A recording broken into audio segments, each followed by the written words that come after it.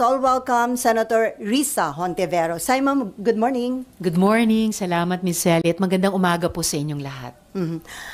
Ma'am, una, Sorry. kumusta ka? How do you feel na member ka ng bagong Minority Black headed by Minority Leader Soto? Proud ako mag-serve bilang miyembro ng minority sa pamumuno ni Senate Minority Leader Tito Soto. At peace ang puso ko sa pagiging bahagi pa rin at muli ng minority at bawat araw na dumadaan, pasaya ako ng pasaya sa sitwasyong ito. At ma'am, nagkaroon kayo ng unang caucus nitong Yes. Minority Black na sabi nga, composed of veteran senator. So, kumusta po yung unang caucus? Ano yung mga napag-usapan ninyo? Siguro mga in general pa lang na pagje-gel ng aming minority block.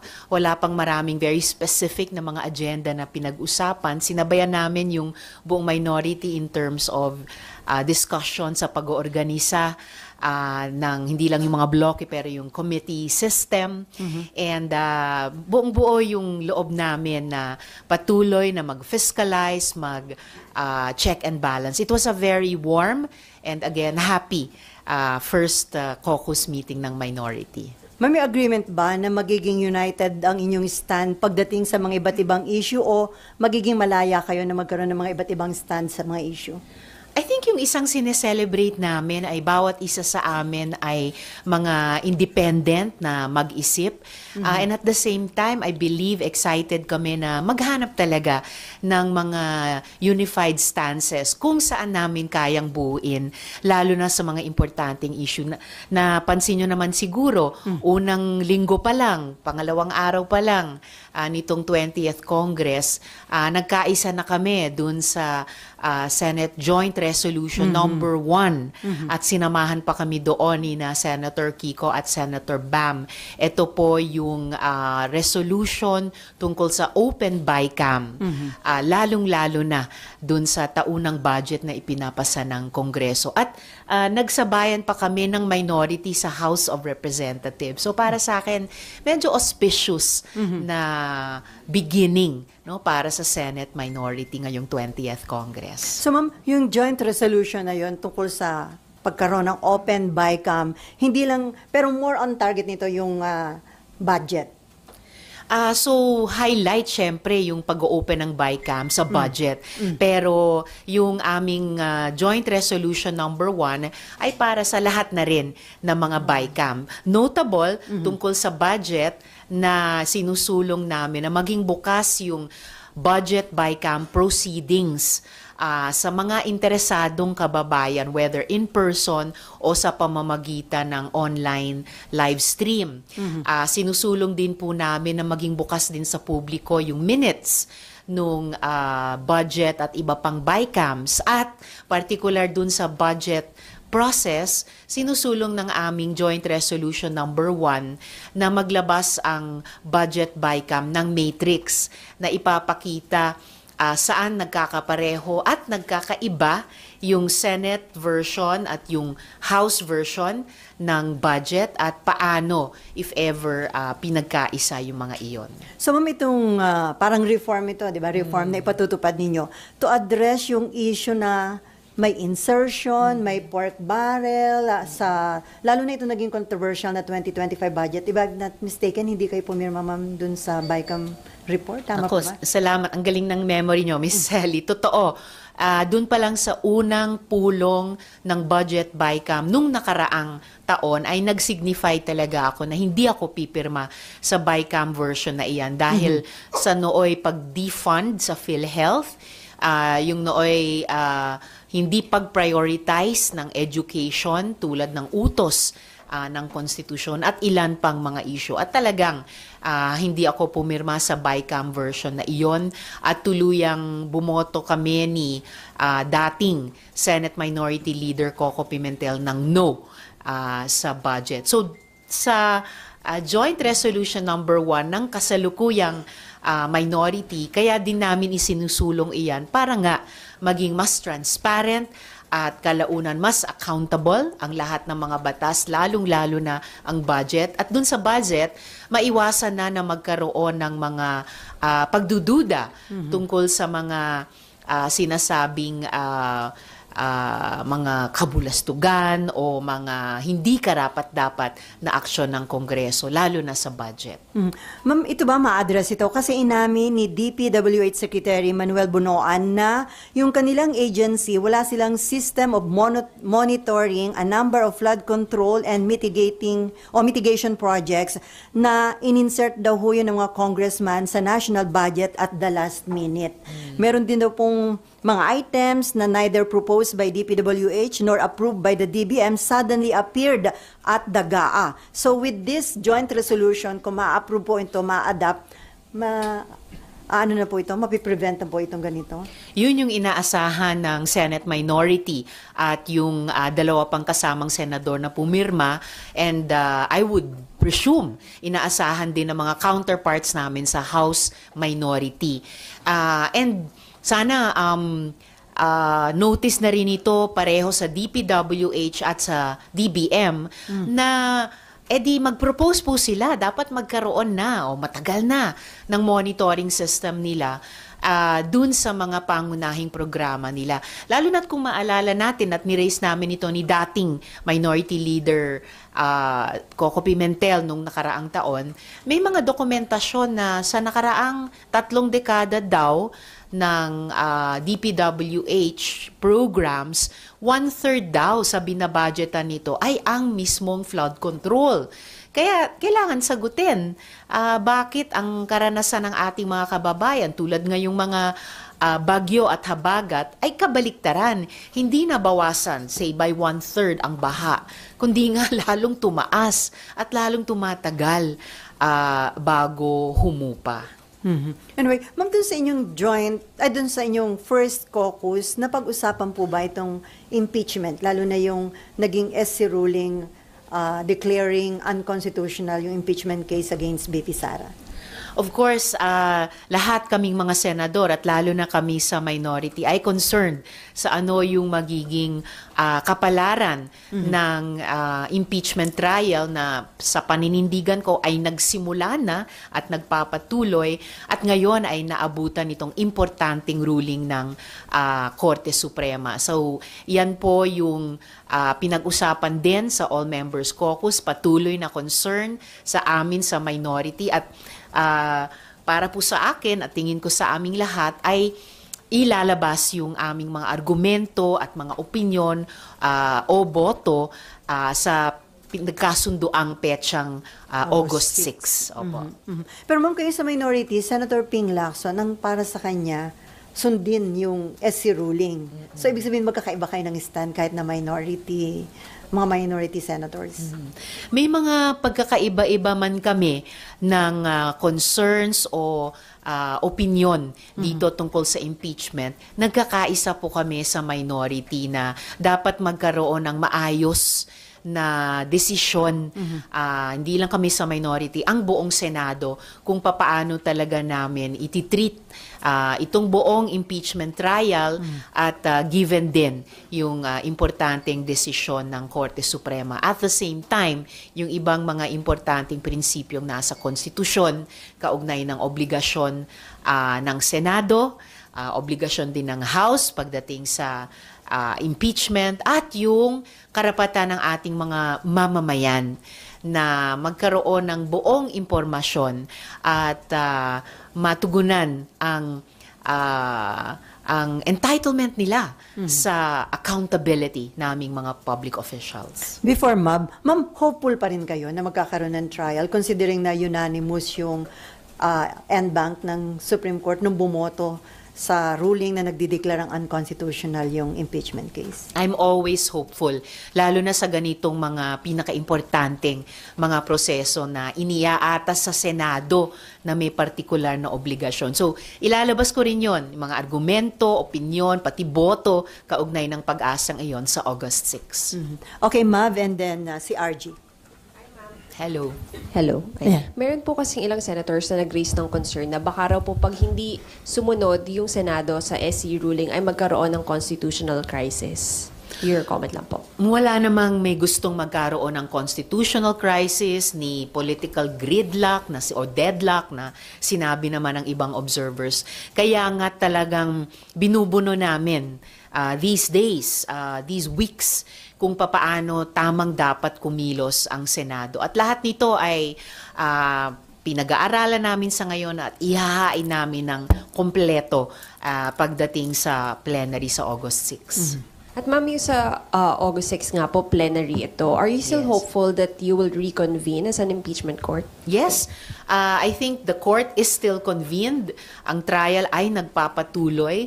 Kaya hopeful ako at yan ay magiging laman din ng aking mga argumento at opinyon sa August 6 na patuloy kaming magko-convene patungo nga dun sa pinaka-importanting paghain ng mga ebidensya at mga witnesses dun sa bawat article of impeachment.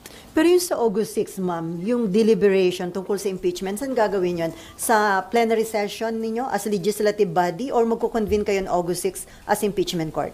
Ano yung usapan, ma'am, dun sa caucus? Apparently, tatalakay na kami ng mga issue ito bilang Senado muna, bilang legislative body. Okay, RG. Personally kayo po, ano pong position ninyo? Susunod po ba kayo dun sa Supreme Court or hindi? Kasi for your other colleagues, even the majority, they've made their sentiments clear. May mga nagsabi na kung sino yung pabor sa pagsunod at hindi.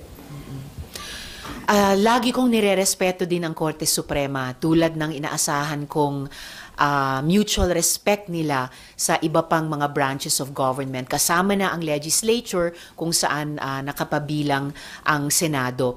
Kaya ang disposition ko, at naririnig ko yun sa iba pang mga colleagues ko, ay maghanap ng pagbabalanse o harmonization, no, sa pagitan ng pagrespeto sa Korte Suprema, pagtaguyod sa mga responsibilidad namin bilang Senado at pagtupad sa aming mga obligasyon sa ating mga mamamayan na nag-e-expect at tamang nag-e-expect sa amin ng pagtaguyod din sa accountability ng mga public officials. Ma'am, I remember your statement when the ruling came out, and parang I would like to clarify, do I take it to understand na parang you feel na talagang humirap ang impeachment because of the may mga nilagay silang requirements eh. Additional requirements. Actually, yung requirements o additional requirements na iyon para makapagsimula ng isang impeachment process ay isa sa ilang mga seryosong tanong pa rin, seryosong concerns na meron ako at naririnig ko rin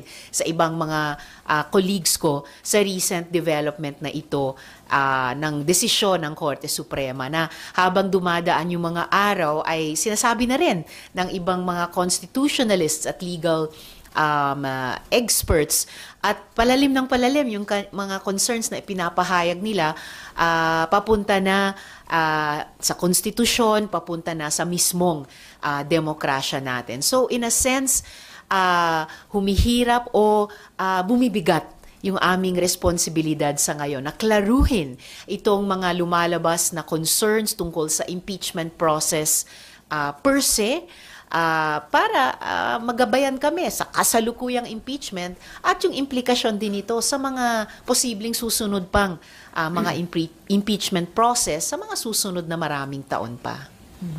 Balikan ko na yung Senate Joint Resolution number 1 po ninyo. Napasama po si Senator Kiko at Senator Bam. Nagulat nga kami doon. Is that something that sasama pa rin po ba sila in future resolutions of the minority? Is this the start of a trend na pagka may certain issues, baka sumama sila sa inyo? Hindi ko naman masabing trend ito na nagsisimula ng pagsama on a case-to-case basis. Pero masaya ako na bukod sa aming united minority, meron pang mga colleagues kahit mula sa majority na pumirma din. And I hope, malay natin, may mga madadagdag pa sa mga susunod na panahon. Anyway, ma'am, may mga nagsasabi na kung yung Senate noong February, inaksyon na agad yung impeachment, tapos na sana yung impeachment trial kay BP Sara. Pero according naman kay SP Cheese, parang vindicated na naging maingat nga yung Senate dahil paano kung tinapos nyo yung trial, kinonvict nyo si BP Sara, and then ganito yung naging ruling ng Korte Suprema. So ano daw yung magiging sitwasyon ngayon ng Senate? I would not say na vindicated ang Senate leadership dito sa ruling ng Korte Suprema. Dahil nga separate and co-equal branches kami, so meron po kaming in a way separate and co-equal obligations din na kumilos ayon sa aming kanya-kanyang mga obligasyon. Hindi ko rin naman masabi na di sana tapos na yung impeachment trial sa ngayon kasi hindi pa nga kami humahantong sa pagdesisyon ng trial calendar. Pero definitely, I still believe na kung sinunod namin yung klarong sa konstitusyon na commence trial forthwith noong Pebrero, ay mas nakausad na kami sa ngayon at mas natutupad na namin ang aming obligasyon sa ating mga kababayan na pati sila, hindi lang kaming mga senator judges, pati yung ating mga kababayan ay kahit papaano nagsisimula ng malaman ano ba yung mga ebidensya at witnesses sa mga articles of impeachment by now. Anyway, okay, about impeachment. Amor. Okay. Yes po. Apo. Sen, nung Tuesday daw po kasi meron ng plano na tumayo mag-motion to dismiss yung impeachment complaint dahil nga dun sa Supreme Court ruling. So pag nangyari po ulit yan sa August 6, ano po yung magiging action po ninyo?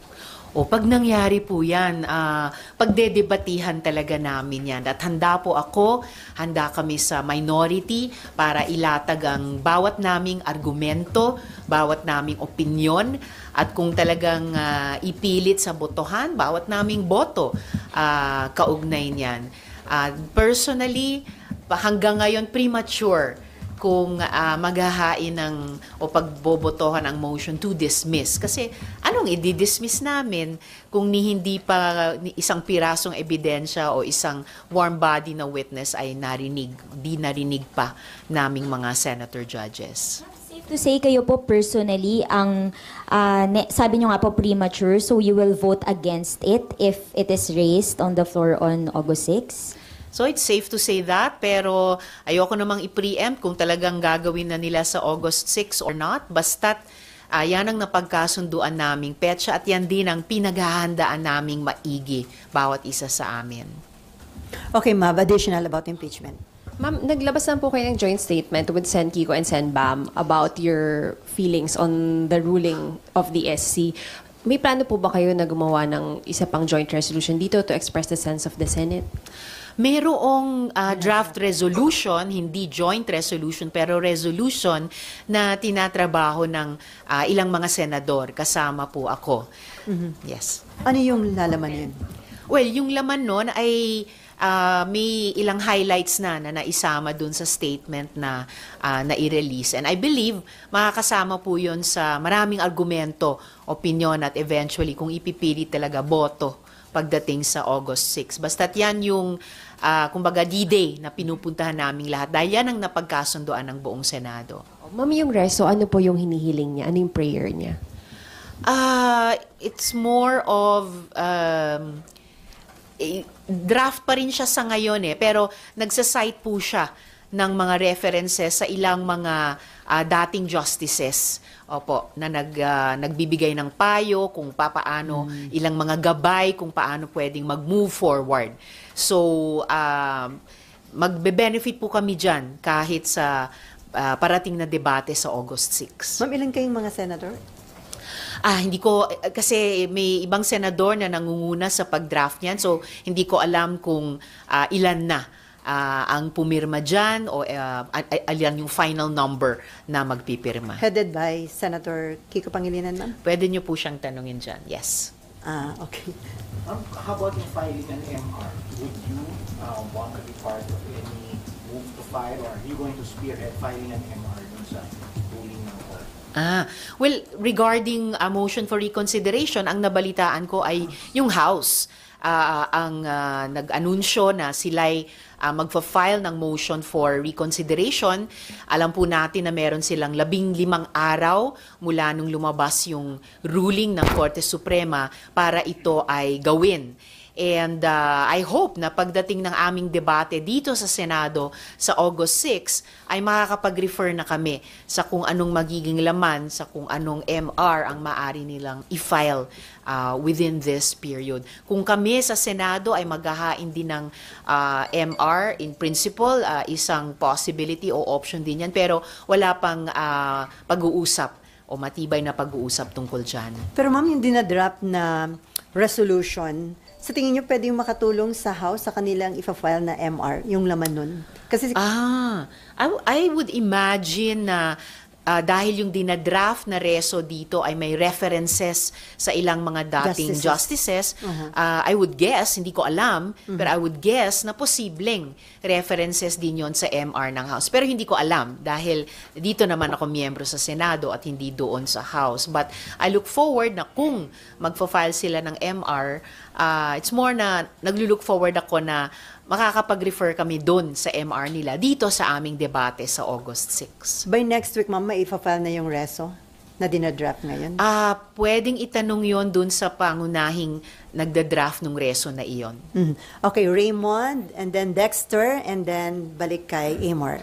Ma'am, whatever would be the result ng voting sa August 6, medyo mahaba pa yung February 6 na kung sakasakali na pwede pang mag-file as per the SC decision.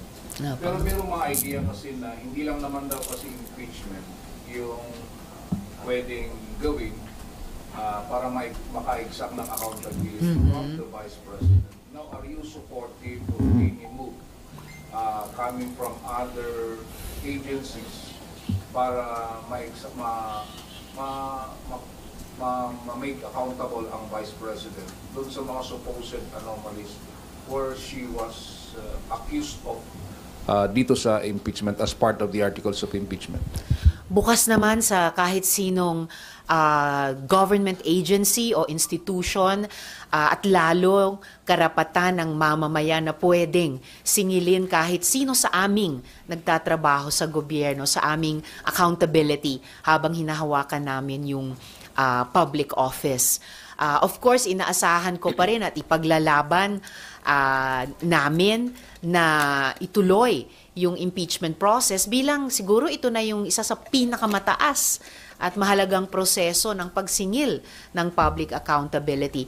Hindi ko pa kino-concede na matutuloy na talaga yung botohan dyan sa August 6 dahil magdedebate pa kami. Pero kung anuman ang mangyari at hindi mangyari sa August 6, kung ang susunod na timeline o horizon na titignan ng mga advocates ng public accountability ay February 6, hindi naman po nauubos yung fighting spirit at yung energy ng mga advocates of public accountability. So, anumang front yan ng pagsingil ng accountability na iyan, umaasa ako na laging magiging handa at laan ang lahat. Okay, Dexter.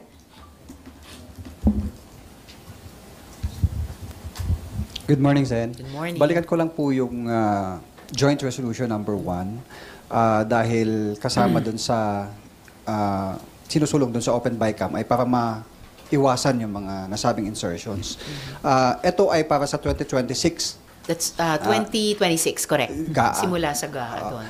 Ano naman po yung sa tingin nyo mga pwedeng steps na gawin ng Senado para naman dahil nandyan na yun sa 2025 may mga insertions at kasama yan sa mga napuna ng Pangulo. Ano po sa tingin nyo ang para na mahalungkat at ma-expose bukod dun sa sabi ng Pangulo na pinasasubmit niya at i-publicize yung mga sangkot dun sa mga nag-insert? Mabuti nga na binanggit ni Presidente iyon sa kanyang SONA o nag-refer siya doon, and in particular binanggit niya yung pag-audit at pagsingil ng accountability at pagpaparusa sa kung sino man ang maaring may krimen kaugnay partikular sa flood control project. So mabuti kung mangyari yun para mailabas na lahat ng mga ebidensya. At sa kasalukuyang ginagastos na 2025 budget, of course, inaasahan ko na yung Commission on Audit ay laging laan na i-audit yan at gawing available sa amin dito sa Senado, lalong-lalo na sa minority, para magamit namin gabay sa pagdebate pagdating ng budget debates later this year tungkol sa 2026 budget. Paano po natin matitiyak yung kakaroon ng open BICAM para dun sa susunod na budget, yung pagka-transfer ng mga, alam mo yun, yung para punta dun sa mga bagong insertions, tatanggalan ng budget yung isang departamento, halimbawa yung sa PhilHealth, ilalagay sa mga ganitong insertions. Paano po, makakatulong po yung open BICAM doon? Makakatulong ang open BICAM para siguruhin na bukod sa due diligence na dapat ginagawa naming mga mambabata sa budget making, andun din yung people's participation, pati sa budget making process. Na kahit sino sa kanila, mga organisasyon ng mamamayan, mga budget reform advocates na gustong mag-observe hanggang sa Bicameral Conference Committee on the Budget ay pwede nilang gawin in person o kaya online. Sila po'y i-furnish din ng minutes nung budget BICAM process at magkakaroon sila ng kopya, hard copy man yan o e-copy ng matrix, comparative ng House at Senate versions ng budget at kung papaano nireconcile yung mga magkakaibang provision yan sa ating GAA. Thank you, sir. Mambilang tugon dun sa nasabi ni Presidente sa SONA na pananagutin yung mga sangkot sa mga katiwalian, kickback, kalokohan sa flood control projects. According to Senate President Chis Escudero, magpa-file siya ng proposed bill na ipagbabawal yung mga politiko, mga kamag-anak na maging contractor or supplier ng mga government projects like flood control. Sa tingin niyo magandang panukalang batas ito, ma'am? Opo, pwedeng maging magandang companion measure yan sa proposed Senate Joint Resolution number 1.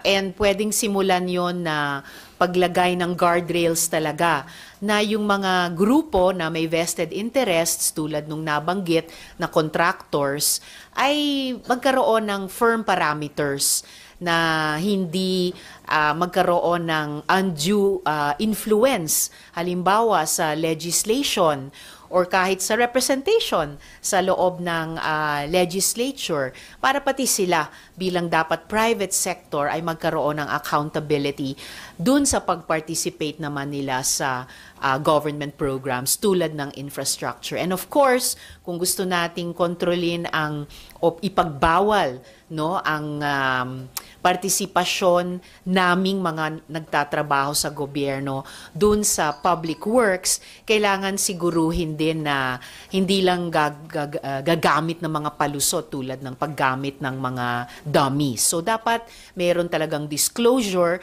para magawa ng gobyerno ang kanyang tungkulin. Siguruhin na may good faith ang lahat ng stakeholders dyan, alang-alang sa ating mga mamamayan na silang nagbabayad ng buwis para sa lahat ng ito. Mm-hmm. At ma'am, aware kayo na meron talaga ng mga politiko may kamag-anak na contractor. So sa tingin nyo, mahirapan ba itong makapasa, itong panukalang batas na ito? Well, of course, may kasabihan na no one legislates against one's own interests. Pero narinig naman po naming lahat sa SONA yung sinabing iyon ni Presidente. And dapat naman siguro sumunod, hindi lang ang majority, pero ang lahat. Alang-alang din sa kung gustong mag-iwan ng mas maayos na legacy para sa mga susunod na taon. Amor. Ma'am, balikan ko lang po yung dinadraft na resolution on impeachment. In general, ma'am, can we say na it is seeking for the Supreme Court to reconsider its ruling? Yan po ba yung in general na prayer niya?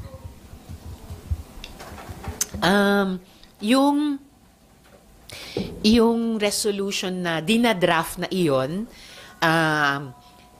as I remember from nung pinirmahan ko yon, ay nagre-refer sa mga payo, mga gabay na mga dating justices. So syempre, sila dahil galing din sila sa Korte Suprema, meron silang tamang timpla ng disposisyon at sa kalengguwahe kung ano yung pinapayo nila sa amin na mga mambabatas at kung paano sa tingin nila tamang i-address namin yung Korte Suprema. So, siguro pinakamaganda tanongin nyo yung nangunguna sa pag-draft at papapirma dyan kung ano yung hinihinging pag-reconsider, no, dun sa ruling ng Korte Suprema.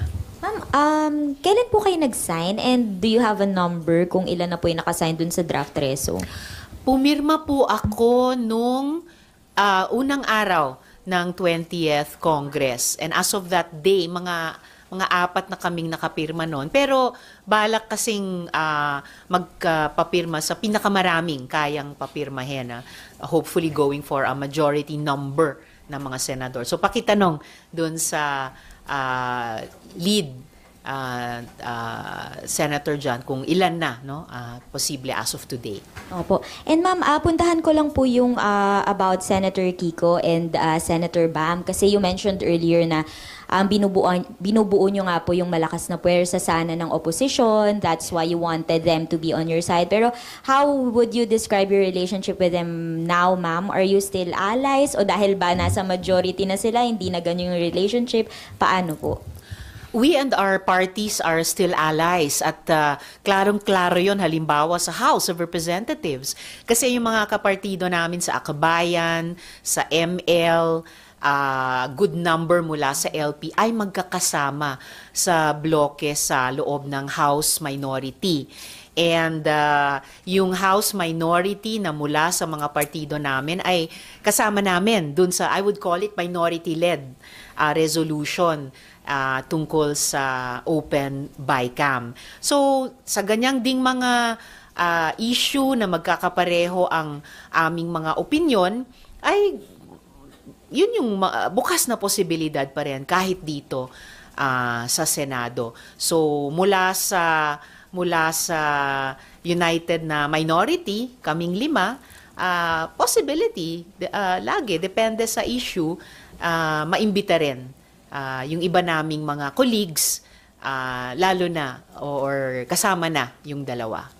So ma'am, you still consider them to be allies of the opposition and your allies po?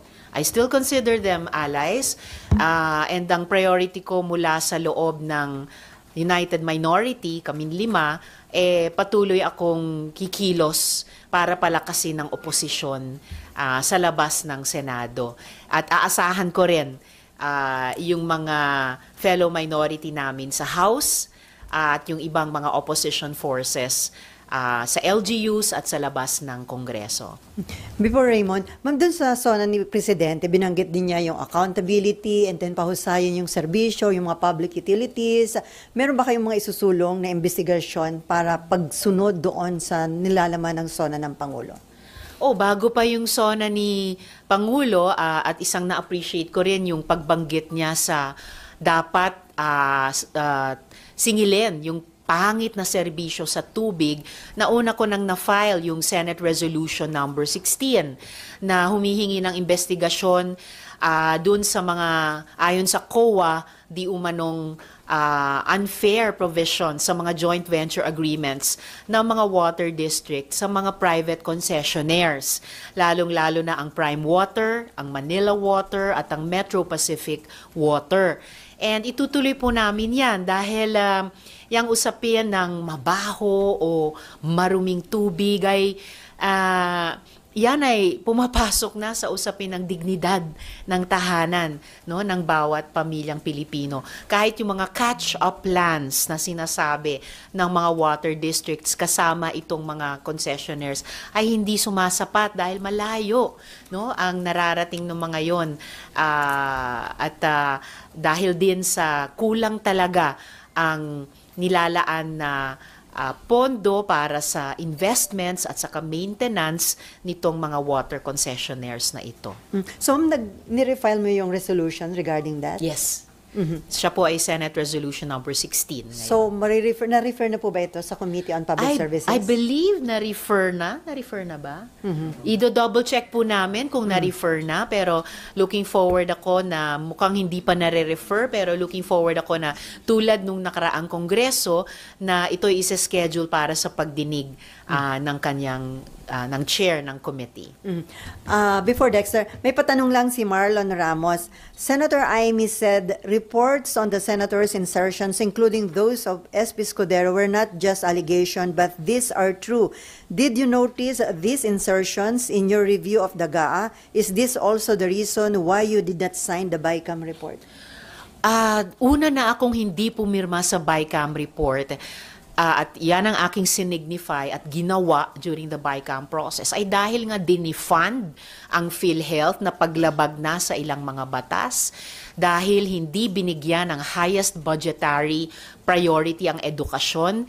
Pinuna din yan ni dating Minority Leader Coco Pimentel at sa iba pang mga dahilan. So dagdag na dahilan, ito yung isang vindication, yung lumalabas na nga na reports ng insertions. Okay, Raymond, and then Dexter. Ma'am, you mentioned yung doon sa case kasi na hinahabol natin accountability. Binanggit niyo yung COA. Yes. Hindi ba challenging sa part ng COA ito when it comes to the flood control program, considering na supposedly yung mga itinuturong nasa likod nito ay kung hindi man nasa Kongreso, ay nasa mga matataas na posisyon sa gobyerno? I think kahit doon sa recent na ipinakita ng COA na kaya niyang singilin yung unfair joint venture agreement provisions sa pagitan ng mga water districts at mga water concessionaires, napapatunayan nila na kaya nilang singilin, sitahin kahit yung mga ibang government agencies at mga nasa matataas na posisyon. Kaya aasahan ko rin sila bilang isang mahalagang constitutional body na patuloy na tutuparin ang kanilang tungkulin na iyan kahit sa ganitong iba pang mga maiinit na issue. Doon sa case, ma'am, ng water concessionaire, maasa ba kayo na makakakuha kayo ng sapat na suporta doon sa investigation, considering na merong dalawa sa pamilyang itinuturong nasa likod ng isang water company ang kasamahan ninyo sa loob ng Senado? Umaasa pa rin ako makakuha ng mas malawak at majority number of support. Dahil din, kahit kami sa legislature, kahit dito sa Senado, sensitive kami sa public feedback. Grabe, dumadami. Hindi tumigil mula nung nakaraang Kongreso ang pagreklamo ng ating mga kababayan. Pati po mga local government units ay patuloy na nagrereklamo. At bago pa kami kumilos dito sa Senado, sila mismo ay kumikilos na. Iba't ibang mga probinsya, iba't ibang mga syudad, nangunguna na sa pagpapakansela ng mga joint venture agreements ng mga water districts nila sa mga water concessionaires na iyan. So, papaanong hindi rin kami susuporta dito sa Senado? Ma'am, tawid ko na lang yung privilege speech kagabi. Kasi mukhang marami yung narinig namin tungkol sa illegal o itong online gambling. Yes. Parang marami ang mas gusto na yung total ban. Kayo, ma'am, kasi doon sa una is you want regulated Strict regulation. yung highly regulated yung e-gambling. Would you still stand doon sa ganung paniniwala nyo, considering yung mga pronouncement ng mga kasamahan ninyo kagabi? Wini-welcome ko yung privilege speech kagabi laban sa online gambling ni Deputy Minority Leader Mig Zubiri. At isa nga ako sa dumaraming senador na naghain ng panukalang batas laban sa online gambling at yung aking nga yung kontra isugal bill. At mayroong maraming provision ito para sa napakastrikto, pinakastriktong regulasyon laban sa online gambling. Na dalawa sa pangunahin dyan ay yung pagbabawal ng online gambling sa mga e-wallets at super apps. Kasi nga yung cellphone natin ay hindi casino. Ganon din yung pagbabawal sa advertising ng online gambling kahit saan. Whether sa Trimedia, sa inyo, sa social media, at pati sa mga public spaces. So, excited ako na dinigin ito tulad ng itinaya ni Chair Erwin sa kanyang komite sa susunod na linggo at ia-argue ko po talaga itong pinakastriktong regulasyon laban sa online gambling. Si Finance Secretary Ralph Recton, sabi nga niya kasi, ngayon pala, 60% yung illegal online gambling. So kung daw gagawing total ban, baka daw yung 60% maging 100% illegal operations. Do you think ganun din ang magiging implication, ma'am, kung total ban? Well, yun yung isang concern ng mga nag-o-observe ng mga total ban sa kahit anong bisyo sa nakaraang kasaysayan dito at sa ibang mga bansa. But of course, kung total ban talaga ang pagdidesisyon na ng Senado o ng buong Kongreso, kahit sina Secretary Ralph sa Department of Finance ay kailangang sumunod. Pero sa usapin ng sinasabing revenues na ibinibigay daw ng online gambling sa gobyerno, yun yung dominant na sentiment namin dito sa Senado. At what price? At what cost?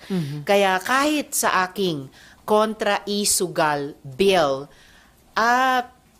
ang executive dapat handa siyang i-forgo kung anumang malaking porsyento ng sinasabing revenues na iyan. Alang-alang sa pagbantay sa kalusugan din ng ating lipunan dahil malakas ang public health approach ng aking kontra-isugal bill at nang walang diskriminasyon ay gustong talagang lagyan ng malalakas at makakapal na guardrails laban sa masasamang social effects ng online gambling.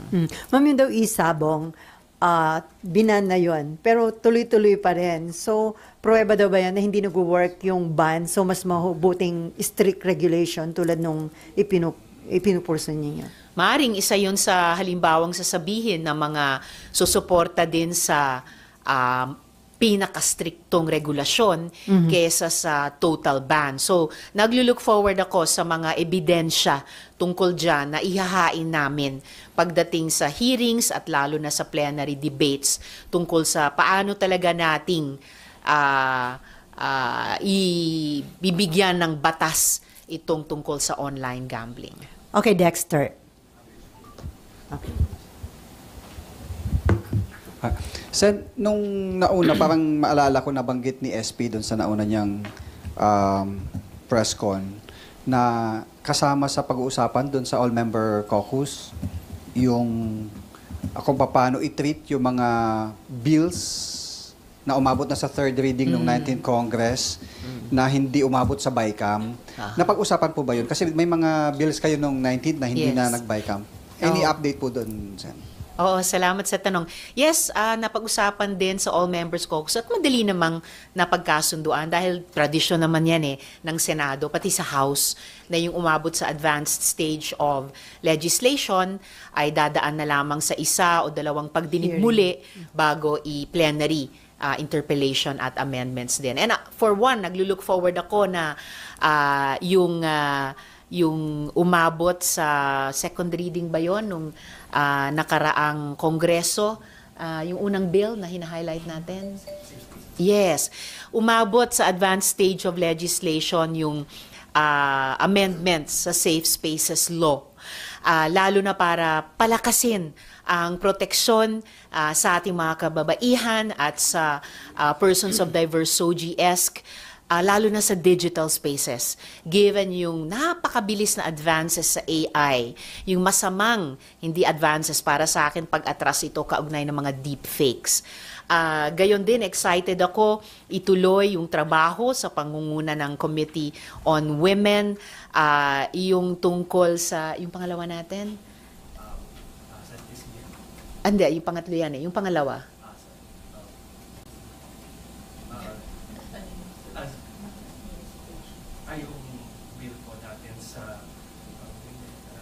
Magna Carta first. Yes. So, yung isa pa na excited akong isulong muli ay yung tungkol sa Magna Carta of Children para lalong madagdagan ng proteksyon ang ating mga bata sa mga partikular na sitwasyon pa, halimbawa krimen o mga sakuna tulad ng pinagdadaanan ngayon ng ating mga kababayan sa habagat, bagyo at baha. At yung mga batas din, mga panukala tulad ng Child Tourist Safety Bill o yung Sandy's Bill para matugunan yung mga dumaraming nakakalungkot na incidents ng pagkamatay o pag-injure sa ating mga bata sa mga tourist spots. So ma'am, may tigitigisan na kayo na committee chairmanship. Meron pa Yes. bang madadagdag? Kasi may 3 pa na bakante eh. Oo nga. Ethics, yung Yes. banks, at saka yung urban poor plan, housing. Yes, Oo. yes. Opo, masaya po kami sa minority na makapagsisimula na kami o makapagpapatuloy sa aming pagtrabaho sa kani-kanyang komite na chine-chair. And yes, batid po namin na may at least 3 pang komite na hindi pa nahalal ang mga chair nito. And naglo-look forward po kami para sa mas balanse naman kasi napapansin po kahit ng ating mga kababayan, hindi naman balanse yung pag-distribute ng committee chairpersonships para din maging efficient at effective yung paggana ng committee system namin dito sa Senado. So, umaasa kami o nag-hope kami na madagdagan pa yung mga komiteng lalaan sa minority. So may info ba na yung 3 remaining committee ay i-offer sa minority? Na-offer na earlier yung at least isa pa doon, pero sa ngayon wala pang matibay na impormasyon o commitment na mapapasa amin nga. Pero i-follow up po namin yan. Ma'am, may pahabol si Marlon. How do you feel about our fellow, sabi niya, your fellow kakampings who are openly attacking Senator Kiko and Senator Bam for their decision to join the majority? Hindi ko pwedeng i-legislate ang damdamin nino mang kahit kasama or kadiwa. But I think may sariling paliwanag yung 2 kapwa senador tungkol dyan.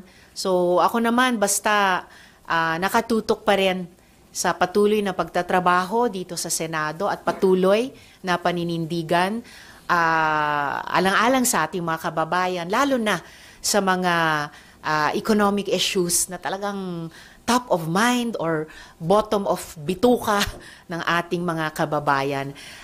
At kasama po yon sa mga tatrabahuin at paninindigan ko sa patuloy na pagpapalakas ko sa oposisyon sa labas ng Senado.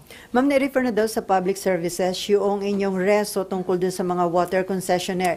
So kung Great, sakaling yes. magkaroon na ng schedule, sino yung mga i-recommend nyo na ipatawag ng Committee on Public Services? I'm sure by now, iniisip na din ng chair ng komite ng Public Services tulad ng pag-uusap namin noong 19th Congress.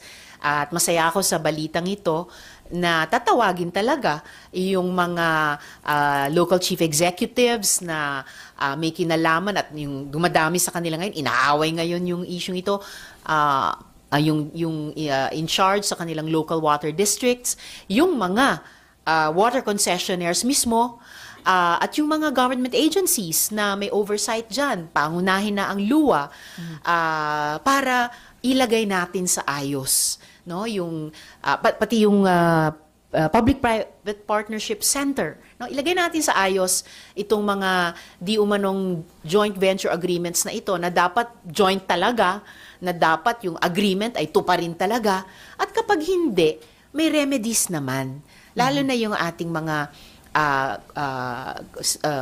constituents at customers ng local water districts at mga private concessionaires na ito. Dahil sa ngayon, halimbawa, wala pa sa guidelines ng PPP Center, paano iwawas to? Unfair naman yun, di ba? Matrap sa ganong kontrata na yung isang panig, hindi naman tumutupad.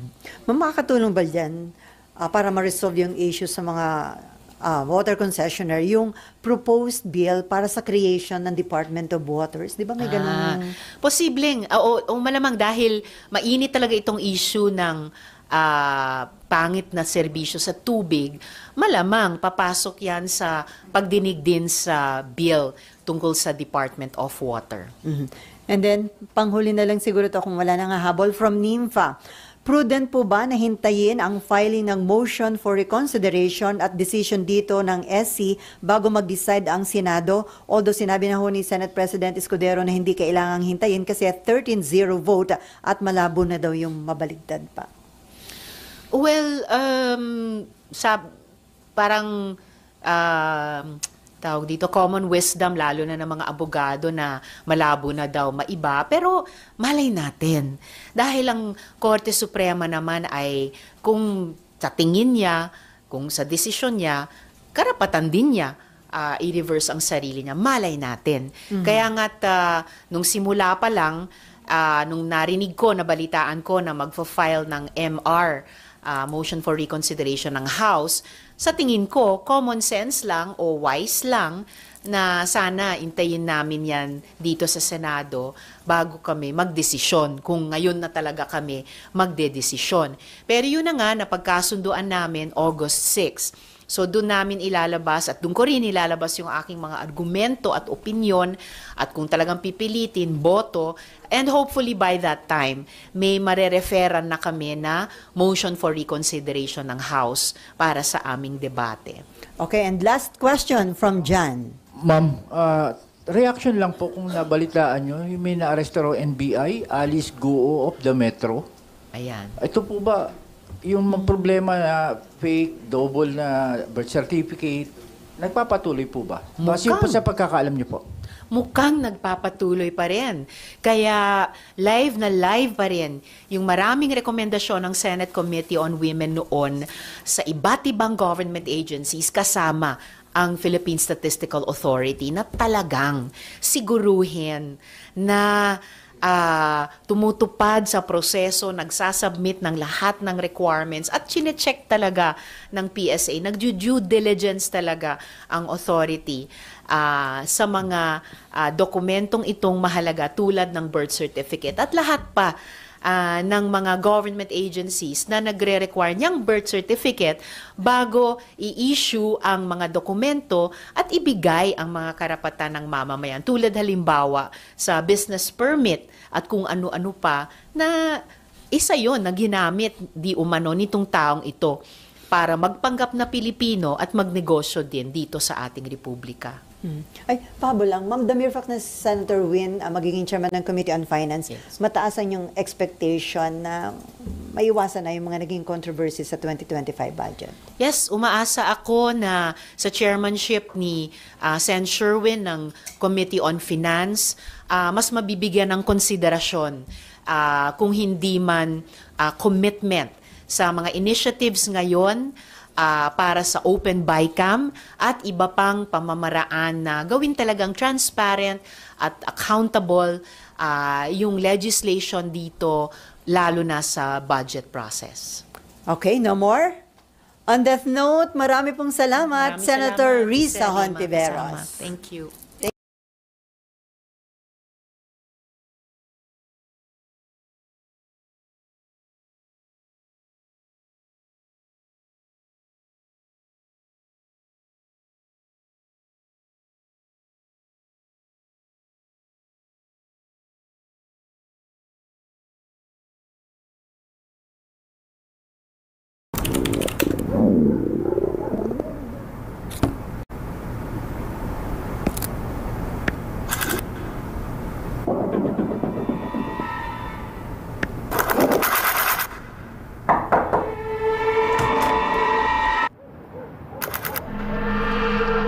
Sir, dami rin kayong bulsa.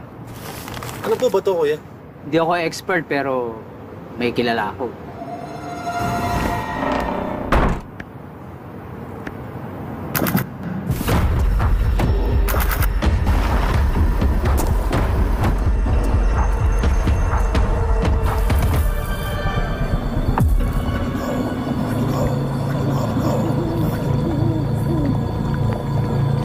Manong!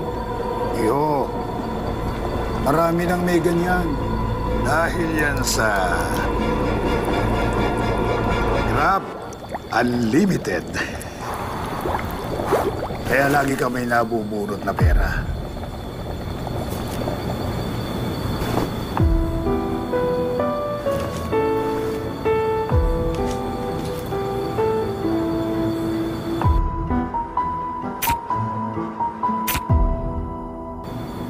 may problema ka sa balat. Ang dull and flaky ng skin mo. Buti may savings ka. I-apply nyo lang ito sa inyong mukha. Imasahin nyo lang at siguradong makikita nyo na ang epekto sa loob lang ng ilang araw.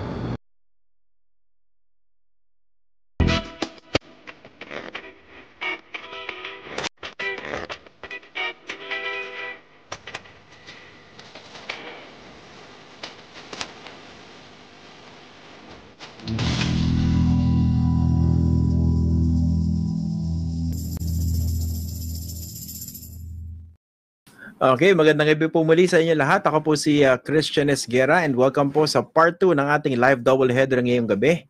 Sa puntong ito, makakasama po natin ay ang bagong talaga bilang Senate Minority Floor Leader. Of course, I think siya yung pinaka-veteranong senador ngayon, the most senior. And he used to serve as Senate President and of course, naging Majority Leader din po siya. And ngayon po, sa 20th Congress, he is the Senate Minority Floor Leader. I'd like to welcome again to our program si Senator Tito Soto. Magandang gabi po and thank you for joining us again dito po sa Facts First. Salamat. My pleasure. Magandang gabi, Christian, at magandang gabi po sa lahat ng taga-subaybay ng Facts First. Thank you. Ano ito? I've been through this road before. I was minority leader. Oh, tama, before. The Senate presidency of Frank Rilon. Noon, kami nila Senator Pimentel yung natanggal sa pwesto. Yeah. Kami nakaupo nun eh. Nene was Senate President, I was Majority Leader after the impeachment of ERAP, and then Senator Rilon became Senate President. Lauren became Majority Leader and I was Minority Leader. So, medyo kabisado ko yung trabaho. Tama, diba? Kayo yung pinaka-senior dyan ngayon. Yes. Ako lang ang na-elect ng 1992. And the only one elected 5 times. Okay. I don't know whether congratulations are in order dahil you were gunning for the Senate presidency. Pero how do you feel about this? Kayo yung minority leader ulit. Well, actually, my colleagues were the one gunning for the Senate presidency for me. Ako naman, sabi ko sa kanila, tatanggapin ko if we get the 13 votes.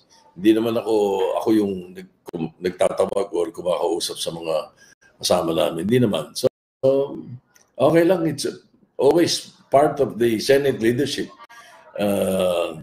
It's nothing new to me, whether you make it or not. Sometimes yung mga pinagtatalunan namin, mga committee chairmanships, ganun eh. Pero you roll with the punches, so to speak. Okay. Pag-usapan natin dito sa itong draft resolution na pinapaikot daw. Pumirma na po ba kayo dito and ano ba talaga yung gusto mangyari ng resolution na ito sa impeachment? It's not exactly saying that we should push through with the impeachment trial. The draft resolution initiated by Senator Francis Pangilinan, Senator Rizal Ontiveros, and Senator Bam Aquino, which I signed. Yes, I did agree with it. Is yung retroactive effect nitong Supreme Court decision. Kasi lumalabas dito sa sinasabi nila dito yung it was regarding the fairness of the fairness principle and the doctrine of operative facts in judicial proceedings. Like for example, itong sinasabi ngayon na yung proseso ay dapat dumaan sa process nung option 1 and option 2 doon sa konstitusyon. Ngayon yung sinasabi yan, samantalang nung panahon nung in-impeach si ERAP, walang ganun. Sa prayer na finorward ni Senator Villar yung sa prayer ng opening niya, finorward yung articles of impeachment. Pagdating sa kay Justice Corona, it was 1/3 na nakapirma. And it was forwarded kahit na nag-hearing pa yung Committee on Justice. So it was the third option that was used. And in this case, it is the third option.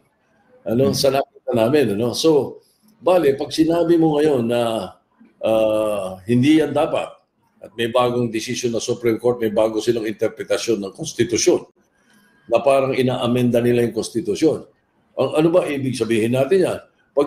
Hindi pwedeng retroactive eh. Ba't ko sinasabing hindi pwedeng retroactive? Kasi ipinipilit nila na hindi pa raw nag-convene yung impeachment court. Nag-convene na eh.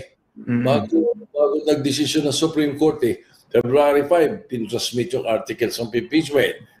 Pagdating ng June 3, nag-convene sila sa impeachment court. Nagpadala ng mga summons. Naka-robe nga sila, naalala mo? Yeah. Nag-convene sila ng robe. Nagdebate sila ron. May mga motion sila, may mga pinag-usapan silang remand and all. Anong tawag mo doon? O, paano ngayong sasabihin mo na kailangan retroactive to? Hindi pwede. Kung retroactive to, paano? So, hindi dapat natanggal si ERA. Dahil mali pala. Si Justice Corona, not guilty pala. Kawawa naman yung tao, patay na. Pero sir, I'm not in favor of, let's say, going to impeachment or not going to impeachment. I'm just looking at the facts and I want the Constitution followed. I'm following the thinking na, teka muna, maayos ba ang interpretasyon ng Supreme Court or ng Constitution ng Supreme Court? Yun ang point ko. Kaya ako sumama dito sa resolution na ito. Christian? So, linawin ko lang po yung gusto mangyari na resolution. So, irerespeto yung Supreme Court decision, pero magte-take effect siya prospectively. Hindi dito sa kasalukuyang impeachment case. Correct. Ganon ang sinasabi nitong itong resolution na to na sinasangayunan ko. So, in effect, gusto nyo matuloy yung proseso? Dahil nasimulan na naman Hindi po ba? Oo, dapat kasi. Meron kasing mga tinatawag na flaws sa nakita namin. Kasi pinag-uusapan namin to and I don't know if you were already told that in a caucus, the Senate decided that August 6, we will allow someone who is willing to do it, who wants to do it, to file a motion regarding this particular articles of impeachment and the Supreme Court, based on the Supreme Court decision. So, pinag-aaralan na namin to. Ako, pinag-aaralan ko na. Binabasa ko na yung 187 pages ng Supreme Court. At medyo meron akong medyo hindi ako nagustuhan doon sa decision na sinasabi ni Justice Leonen. Meron siyang particularly sinabi niya na the 3 complaints were archived because of the adjournment of the 19th Congress. Mukhang unfamiliar si Justice Leonen sa rules ng Kongreso, which is found in the Constitution. So, gusto ba niya amendahin din to? Kasi what I'm saying is this: there was no adjournment sine die. So if there is no adjournment sine die of the 19th Congress, when we adjourned for a break in February 5, there was no archive. Wala naman na archive Doon sa House, walang na-archive. Kung may na-archive yan, isipin mo, pag nag-break kami ng September, archive na lahat na nakapending. Yeah. O ang ibig sabihin niya, pagdating ng December break, archive na lahat, mag-pre-refile ka na manibago. Walang na-archive noong February 5. So, apparently, he's not familiar with the rules of Congress, which is not, when they are never archived. Anything that has been filed and been discussed are never archived until adjournment sine die, which comes in the death of the Congress. The death of the 19th Congress, which was practically June 13 of 2025. So, issue na yun mo. Hindi ba? Ay, dapat pag-usapan namin to. Hindi, tsaka hindi po ba yung yung third mode of impeachment na nagawa siya bago bago natapos yung session on Feb 5 at na-transmit sa Senado. Hindi po ba? Yes, exactly. Because as a matter of fact, 4:15 p.m. natanggap ng office ni Senator Escudero o the Senate President then yung articles of impeachment. Nag-adjourn sila noong alas 7 pa ng gabi. As a matter of sa tingin ko, dapat nun tinake up nila pinag-usapan nila even just for the record to refer it to the Committee on Rules. But they did it in June 3. O wala pa naman Supreme Court noong June 3. That's why nag-convene sila. Yung 3 complaints na sinasabi ni Justice Leonen na archive was done dahil hindi na pag-uusapan yung 1, 2, 3 complaints nilagay nila sa archive February 6. But it does not archive anything even before the adjournment. Yun ang maliwanag. And we hold the records to that. Kaya sabi ko nga, mukhang he's unfamiliar with the rules of Congress. Okay. Ano po ba nakikita yung implications nitong Supreme Court ruling kung hindi mabago at sundin ng inyong mga kasama sa Senado, majority of the Senate? Ano magiging epekto niya sa Senado as an institution, as an impeachment court? Sa bansa. Ang tingin ko, ang implikasyon nito sa bansa, wala na tayong may impeach. Hindi na natin sila may impeach pag nagkamali sila, yung mga justices o yung presidente, vice-presidente, ombudsman, kung sino man yung dapat, yung mga COMELEC members. Wala na tayong pwedeng may impeach. Ito sa sinasabi niyan, pag sinunod natin to. Saksakan na ng hirap mag-impeach. Susundin mo yung 1 and 2 pag may sinabi doon na hindi due process, wala na due process. We'll get the chance to explain all this in plenary. At pinaghahandaan ko ito eh. So makikita nyo na hihirap na. Kasi itong Supreme Court decision na to practically removes option 3, which was done. 1/3 nakapirme. Mahigit 1/3 yung nakapirma eh. Yun na sinasabi ng Konstitusyon eh. Aba, hindi na magagamit yan. Ang ibig sabihin yan eh, mahihirapan na tayo. Ito, bigyan kita example. Pagpalagay mo si Ombudsman gustong i-impeach. Ako ngayon, may magpa-file ng impeachment. Bago mag-file itong impeachment ako congressman, kaibigan ko si Ombudsman, magpa-file na rin ako ng impeachment muna. Yung walang kakwenta-kwentang impeachment. O bali wala na yung pangalawa mong impeachment. Dahil nauna ko eh.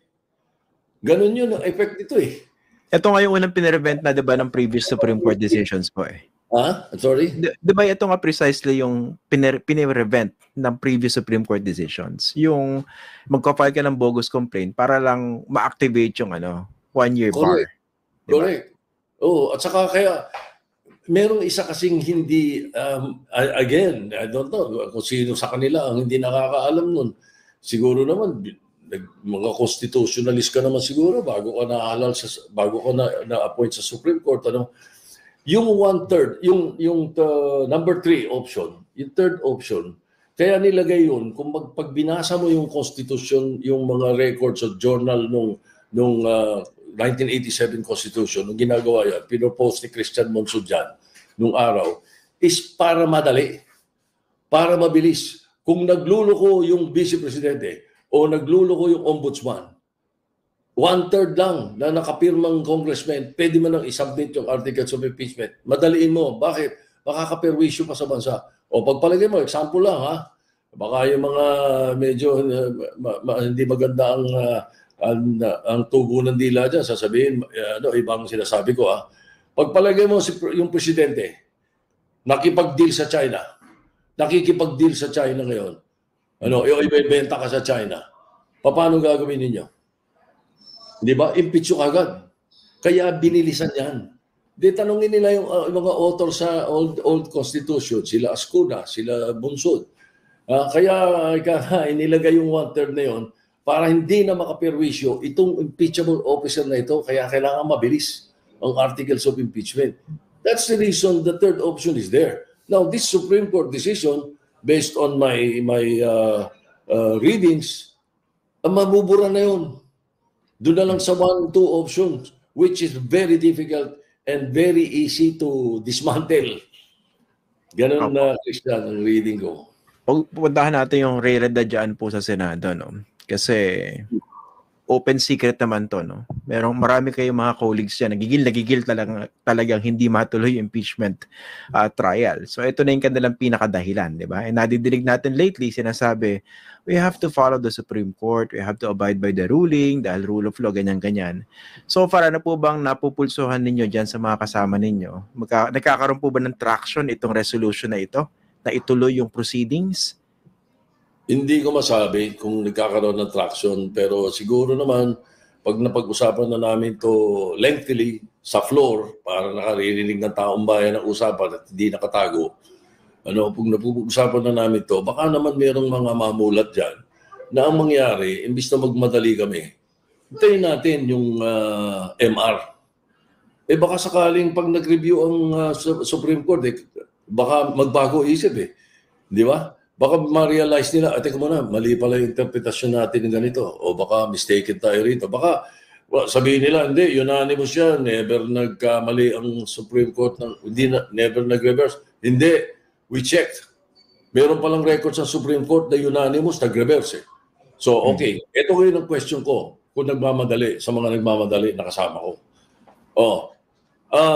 Paano kung dinesisyon na natin to next week? Sabihin nila, dismiss natin tong articles of impeachment kasi may Supreme Court decision. Nanalo sa boto sa amin, sa Senate yun. O the dismiss. Paglabas ng MR ng Supreme Court, nag-reverse. Anong gagawin namin yan? Paano? Hindi ba? Balik uli. So, tuloy na rope. Yun ang mabigat. Hindi ba? Kasi unanimous Unanimous? Baka, for all you know, hindi kaya unanimous mistake?